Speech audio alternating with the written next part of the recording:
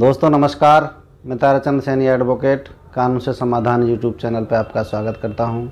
दोस्तों आज हम चर्चा करेंगे कि जब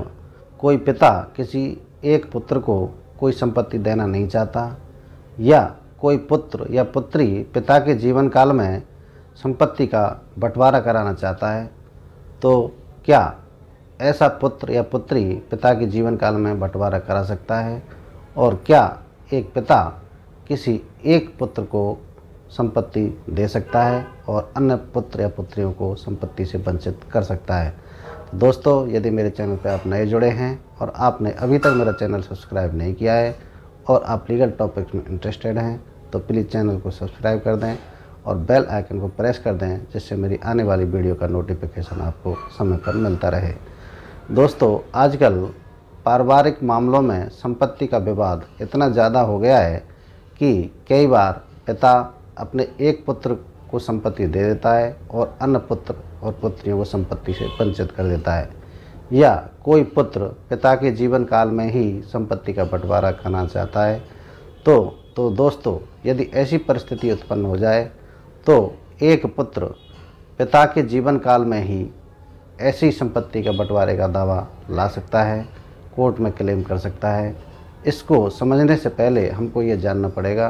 कि संपत्ति की जो नेचर है दो प्रकार की होती है। एक पैतृक संपत्ति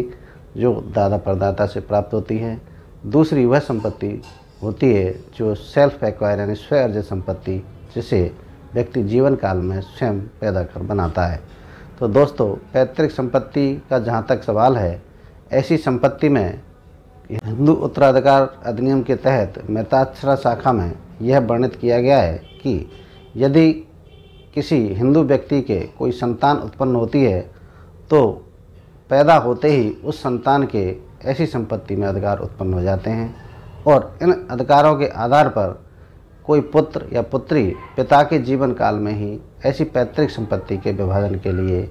दावा कोर्ट में दायर कर सकता है और अपना हिस्सा प्राप्त कर सकता है। जिसके तरीके पर यदि हम विचार करें तो ऐसा वाद ऐसे सक्षम न्यायालय में पेश करना होगा जहाँ की क्षेत्राधिकार में ही संपत्ति आती है।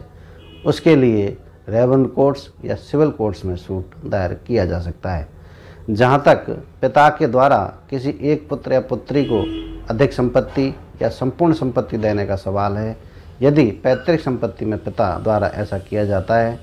तो वंचित पुत्र या पुत्री इस प्रकार के ट्रांजैक्शन को